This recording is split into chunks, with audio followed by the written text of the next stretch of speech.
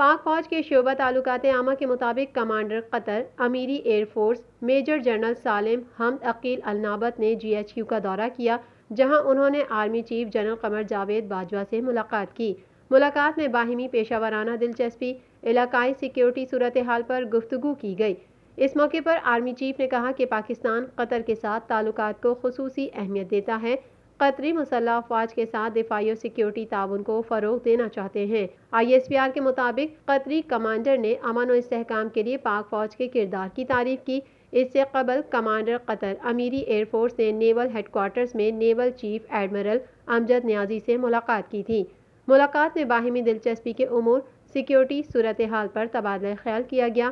ملاقات میں سربراہ پاک بحریہ نے سمندری تحفظ، امن کو یقینی بنانے کے کردار پر روشنی ڈالی۔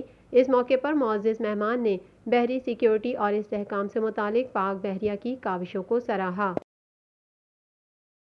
پاکستان بھر میں نمائندگان کا وسیع نیٹ ورک، ہر خبر جاننے کے لیے دیکھتے رہیے TNN TV۔